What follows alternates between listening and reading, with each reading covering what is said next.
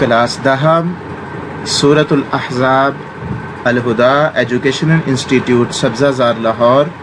ای میل address www.alhuda.edu.pk. Contact number 0333-4241-886. اعوذ باللہ من الشیطان الرجیم. میں پناہ مانگتا ہوں اللہ تعالیٰ کی شیطان مردود سے. بسم اللہ الرحمن الرحیم. شروع اللہ تعالیٰ کے نام سے جو بڑا مہربان بے حد رحم والا ہے.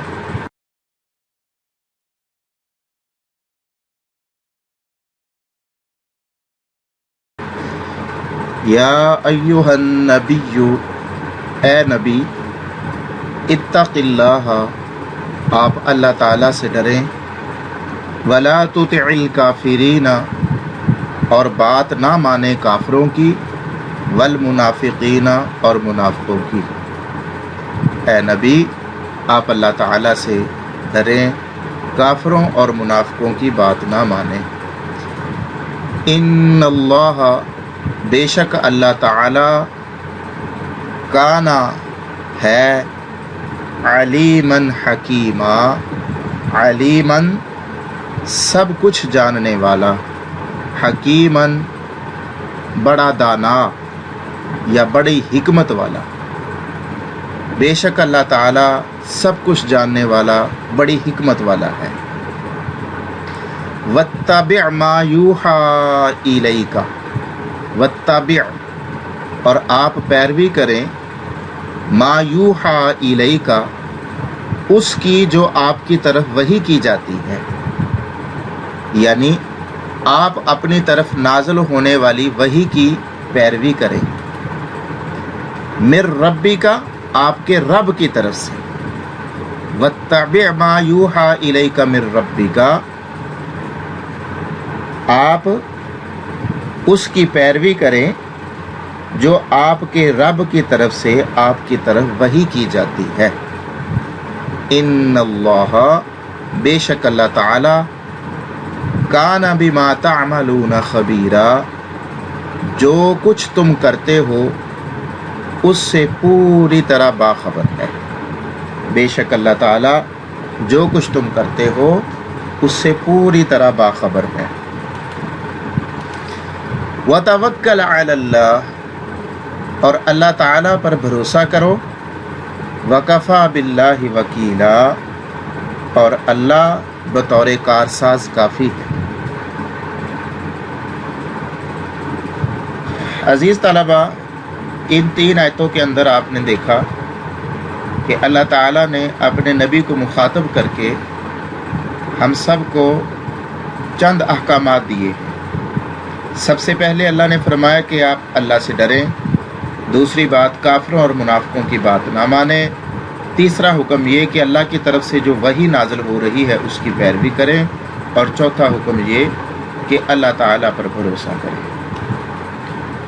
اب اگلی جو آیات آ رہی ہیں ان میں ایک اور عنوان اللہ رب العالمین بیان فرما رہے ہیں.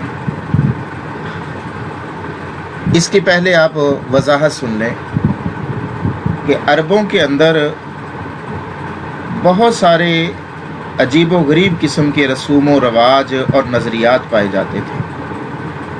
ان میں سے ایک نظریہ یہ تھا کہ اگر کوئی شخص غصے میں آ کر اپنی بیوی کو ماں کہہ بیٹھتا تو اس کو وہ طلاق سمجھتے تھے. اور دوسری چیز ان کے اندر جو تھی وہ یہ تھی کہ منہ بولے بیٹے کو وہ حقیقی بیٹا سمجھتے تھے. تو اللہ تعالیٰ نے سورۃ الاحزاب کی آگے یہ جو آیت نمبر 4 اور 5 آ رہی ہیں ان کے اندر اس سلسلے میں وضاحت فرمائی. آئیے دیکھتے ہیں ترجمہ.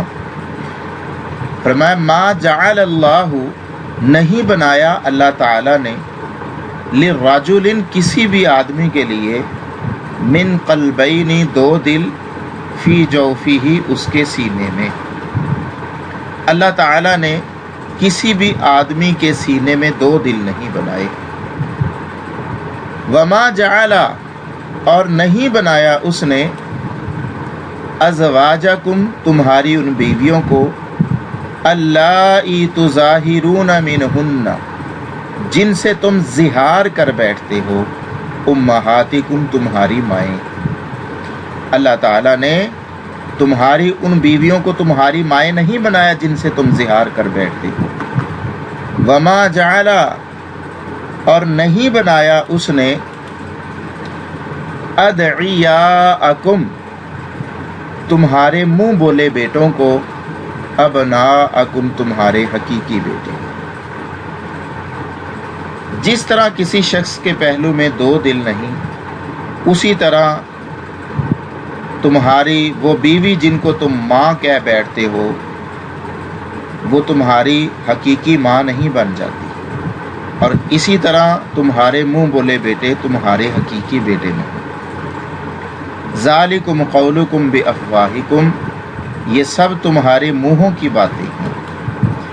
واللہ اور اللہ یقول الحق حق بات کہتا ہے، وہو یہدی السبیل اور وہی سیدھے راستے کی طرف رہنمائی کرتا ہے۔ ادعوہم تم ان کو بلاؤ، تم ان کو پکارو، کن کو؟ اپنے منہ بولے بیٹوں کو، لآبائہم ان کے اصل باپوں کے نام سے، ہوا اقسط عند اللہ یہ اللہ کے نزدیک زیادہ انصاف والی بات ہے۔ منہ بولے بیٹوں کو ان کے اصل باپوں کے، ان کے حقیقی باپوں کے نام سے پکارنا ہی اللہ کے نزدیک زیادہ انصاف والی بات ہے۔ فَإِن لَّمْ تَعْلَمُوا آبَاءَهُمْ اگر تمہیں ان کے باپوں کا پتہ نہ چلے، فَإِخْوَانُكُمْ تو وہ تمہارے بھائی ہیں، فِي الدِّينِ دین میں، وَمَوَالِيكُمْ اور تمہارے دوست ہیں۔ اگر تمہیں ان کے باپوں کا علم نہ ہو تو دین میں وہ تمہارے بھائی اور تمہارے دوست ہیں۔ وَلَيْسَ عَلَيْكُمْ جُنَاحٌ اور نہیں ہے تم پر کوئی گناہ، فیما اس میں جو اخطأتم بہ تم غلطی کر بیٹھے، اس میں تم پر کوئی گناہ نہیں جس میں تم غلطی کر بیٹھے، ولیکن اور لیکن، ما جو تعمدت ارادہ تن کیا، قلوبکم تمہارے دلوں میں، جو تم سے انجانے میں غلطی میں ہو چکا وہ اللہ رب العالمین کی طرف سے تمہیں معاف ہے، لیکن جو تم جان بوجھ کر کرو گے اس پر تمہاری گرفت ہوگی۔ دوبارہ پھر دیکھیں ترجمہ، وَلَيْسَ عَلَيْكُمْ جُنَاحٌ فِي مَا أَخْطَأْتُمْ بِهِ اور نہیں ہے تم پر کوئی گناہ اس میں جو تم غلطی کر بیٹھتے، وَلَكِن مَا تَعَمَّدَتْ قُلُوبُكُمْ اور لیکن جو تمہارے دلوں نے ارادہ تن کیا، وَكَانَ اللَّهُ غَفُورًا رَحِيمًا اور اللہ تعالی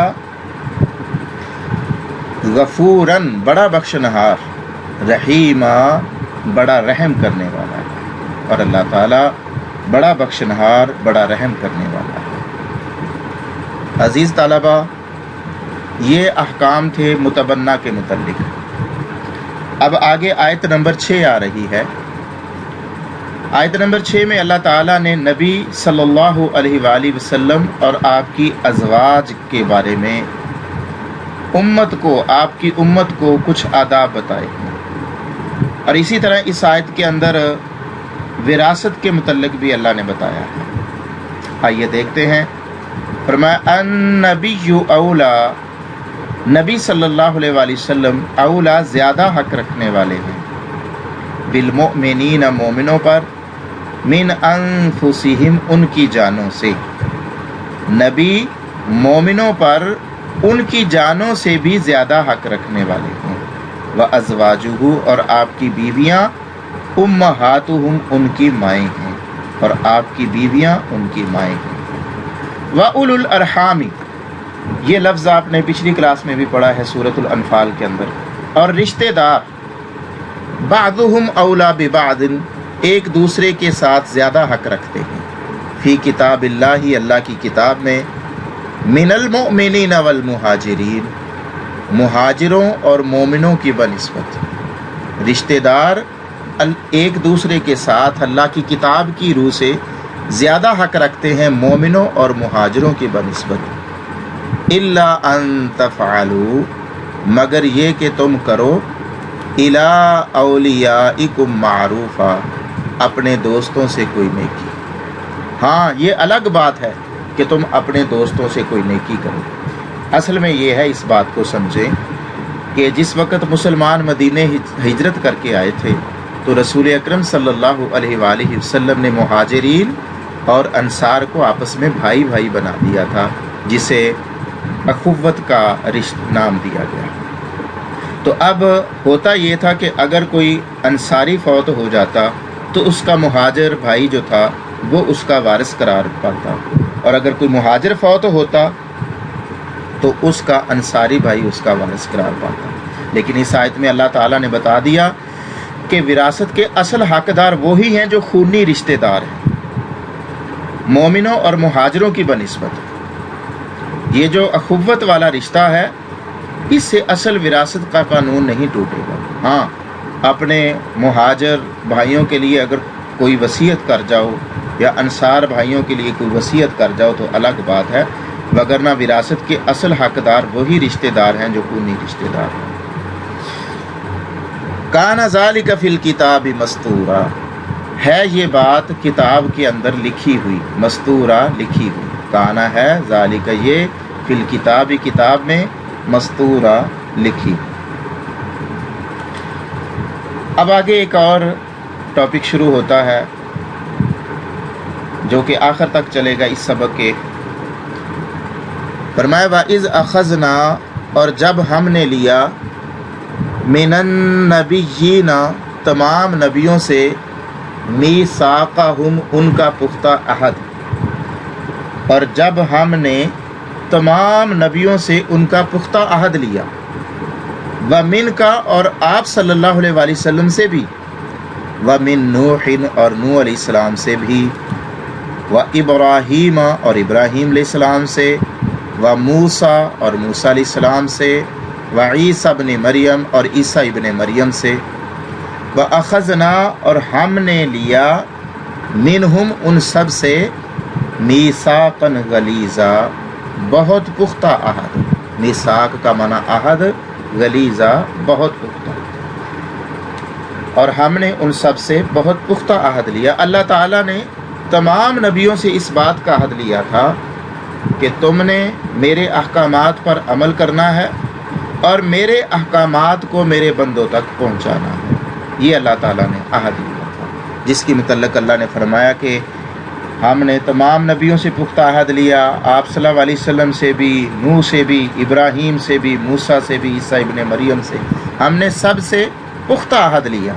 لِيَسْأَلَ الصَّادِقِينَ عَنْ صِدْقِهِمْ تاکہ وہ سچوں سے پوچھے ان کی سچائی کے متعلق، لِيَسْأَلَ تاکہ وہ سوال کرے، پوچھے، صادقین سچوں سے، عن صدقہم ان کی سچائی کے متعلق، وَأَعَدَّ اور اس نے تیار کر رکھا ہے، للکافرین کافروں کے لیے، عذابًا علیما دردناک عذاب۔ یہ پہلا سبق ہے۔ اس سبق کے اندر جو مشکل الفاظ ہیں ان کی طرف ذرا توجہ کریں۔ ایک تو اس میں آیا قلبین، آیت نمبر 4 کے اندر قلبین کا معنی دو دل، فی جوفہ سینے میں، پہلو میں، تظاہرون تم ظہار کر بیٹھتے ہو، افواہکم تمہارے منہ، مستورن لکھی ہوئی، اور اعدہ اس نے تیار کر رکھا۔ صدق اللہ العظیم۔